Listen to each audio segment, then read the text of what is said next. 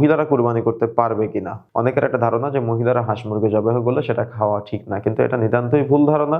আসসালামু আলাইকুম ওয়া রাহমাতুল্লাহি ওয়া বারাকাতুহু। আলহামদুলিল্লাহি হামদা শাকিরিন ওয়াসসালাতু ওয়াসসালামু আলা রাসূলিহিল কারীম, আম্মা বা'দ। প্রিয় দর্শক, ইউনাইট টিভির পক্ষ থেকে আপনাদের সবাইকে স্বাগত জানাচ্ছি।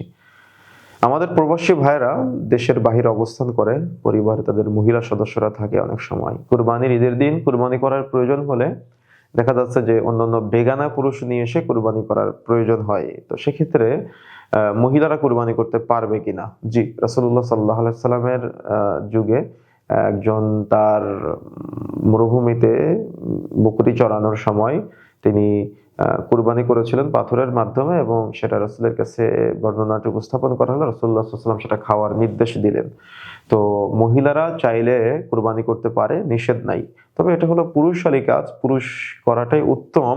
তবে নিতান্তই যদি নিরুপায় হয়, দেখা যাচ্ছে যে হয়তো কোনো পুরুষ যদি বাড়িতে কুরবানি করতে চলে আসে, তাহলে সেখানে পর্দার বরখেলাপ হতে পারে বা কোনো ফিতনার আশঙ্কা থাকতে পারে, তাহলে মহিলারা বাড়িতে একা একা কুরবানি করতে পারে, কোনো সমস্যা নেই। অনেকের স্বামী মারা গিয়েছে বা পরিবারে কোনো পুরুষ সদস্যরা নাই, বা দেখা যাচ্ছে পুরুষ সদস্যরা দেশের বাহিরে অবস্থান করে বা বাড়িতে নাই, অন্য কোনো ব্যস্ততায় আছে, তখন মহিলারা কুরবানি ঈদের দিন কুরবানি করতে পারে, কোনো সমস্যা নেই ইনশাআল্লাহ। সেম একইভাবে যে কোনো সময় বাড়িতে হাঁস মুরগি জবাইয়ের ক্ষেত্রেও অনেকের একটা ধারণা যে মহিলারা হাঁস মুরগি জবাই করলে সেটা খাওয়া ঠিক না, কিন্তু এটা নিতান্তই ভুল ধারণা।